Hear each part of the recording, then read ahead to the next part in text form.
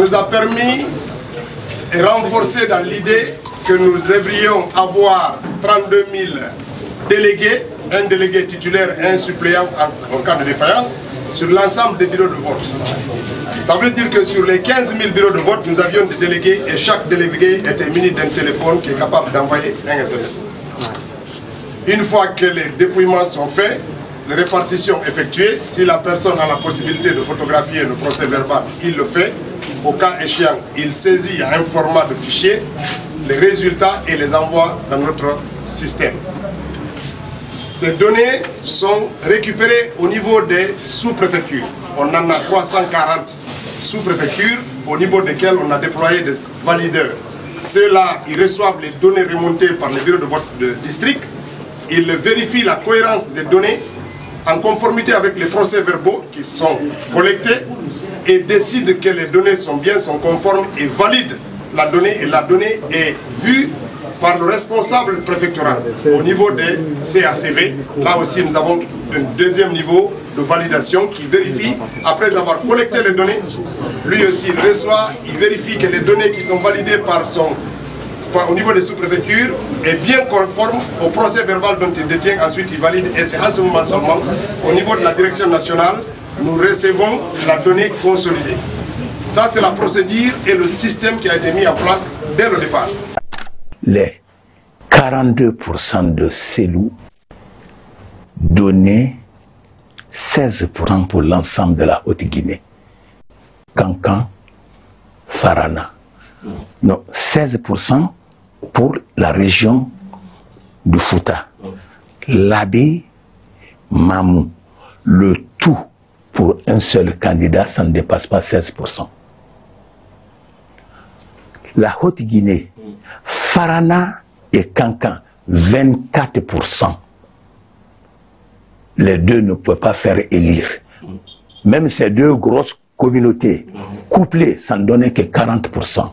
Il n'y avait pas de possibilité de faire élire. La chance était en forêt, Kindia et la zone spéciale de Conakry, qui avait les 60%. Donc, les 42% de Selou étaient bâtis sur de la fraude. C'est moi qui l'ai démantelé. Ce qui veut dire que dès qu'on a eu le dernier résultat du bureau de vote, nous avons eu les validations de près de 80%. Et vu que les 20% qui restaient ne pouvaient pas modifier le résultat, même s'ils allaient pour un seul candidat, Alpha Condé, nous étions donc fondés sur la base de ces résultats, issus des bureaux de vote. Donc plus de 70% étaient validés sur PV. On a reçu, il faut le dire, à peu près 80% des procès-verbaux.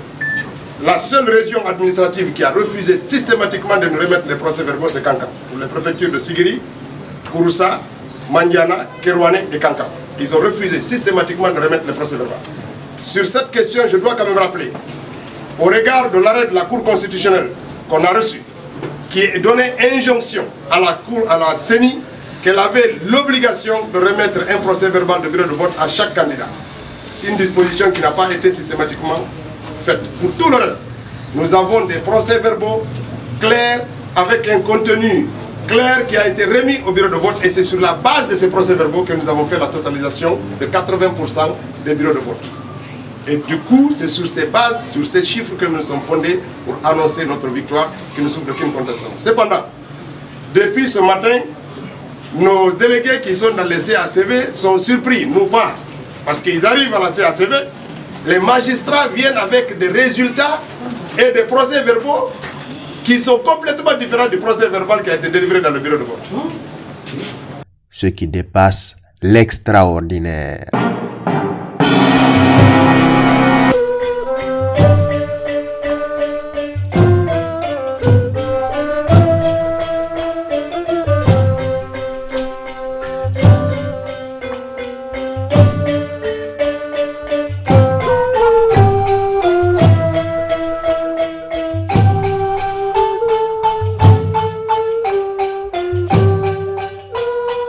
Alpha a voulu de moi parce qu'il avait besoin de moi.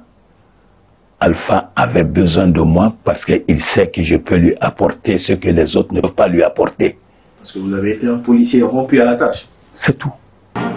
Et je me suis offert à aidé avec certaines combines, si je peux le dire. Non, pas combine. Oui, parce que vous avez... Non, oui. Non, pas combine. Évidemment. Sur du concret. Je peux vous en parler. Il n'y a pas de secret. Qu'est-ce que vous avez fait? C'est moi qui ai saisi la machine qui faisait les cartes d'électeurs sans avoir la possibilité de porter les gens sur une liste d'électeurs. Cette machine a été achetée par l'UFDG dans la même maison que l'État guinéen en Afrique du Sud, avec son consommable. Ces cartes d'électeurs ont été distribuées partout. Partout où il faut les distribuer. C'est encore moi qui ai saisi les urnes qui étaient installées dans les mosquées. C'est encore moi qui ai arrêté la femme que tout le monde a racontée en état de famille avec 2 cartes qui dit la deuxième carte est pour mon bébé. Un bébé qui est dans le... Les éléments étaient tellement concrets. Je suis venu voir le professeur Alpha. On n'ira pas aux élections pour le 2e tour conformément à la loi.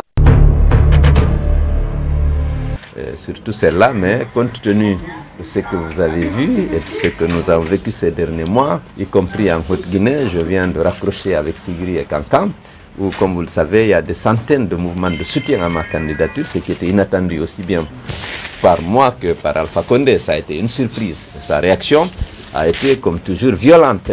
On a détruit tous les symboles de l'UFDG, saccagé son siège, chassé nos militants. Beaucoup sont repartis d'ailleurs dans leur région d'origine.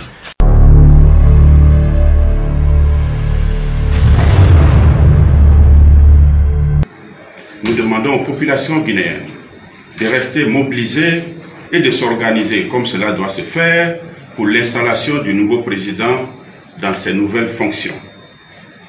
Enfin, nous demandons à chacun, Guinéen, à chaque institution, à chaque organisation et également à l'ensemble des forces de défense de faire allégeance au nouveau président et d'informer officiellement M. Alpha Condé qu'il est maintenant un ancien président.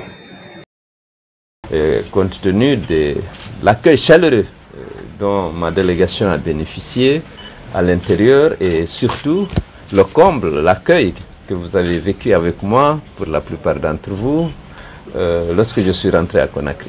Vraiment, la population a réitéré, ou a plutôt exprimé, si vous voulez, sa confiance et sa détermination à provoquer l'alternance en ma faveur. Je sais qu'aujourd'hui, il n'y a pas de doute, même dans le camp d'en face, sur la victoire du candidat de la NAD de l'UFDG. La stratégie aujourd'hui qui est en train d'être élaborée, hélas, de l'autre côté, c'est comment tricher. Parce que M. Alpha Condé ne peut pas renoncer à son désir de s'octroyer une présidence à lui. Alors à cet égard, bien entendu, mes électeurs et moi-même, on résistera, on refusera la fraude. Ceci dit, je lance un appel à tous mes partisans pour faire preuve de retenue, de responsabilité, pour que ce scrutin se passe dans les meilleures conditions. Je n'ai aucun doute quant à l'issue du scrutin et c'est pourquoi je ne souhaite pas que des violences viennent perturber le scrutin et compromettre peut-être dans une certaine mesure ma victoire. Aux alentours de 23h, minuit, 1h du matin, que l'UFDG avait 53,84% et le RPG 39,4%. Voilà les premières tendances qui sont sorties très tôt, par SMS.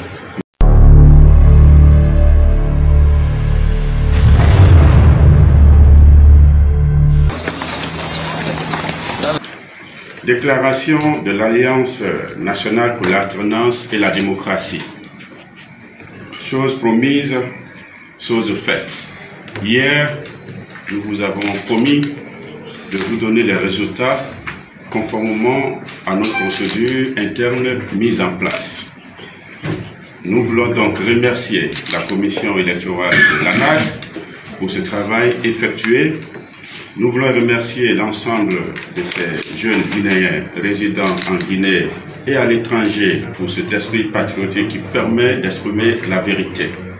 Sur la base donc de ces résultats fiables, justifiés, intègres, rendus publics aujourd'hui, la NAD félicite son candidat pour sa brillante élection à l'élection présidentielle du 18 octobre 2020. Et à partir d'aujourd'hui, nous le considérons comme le président élu.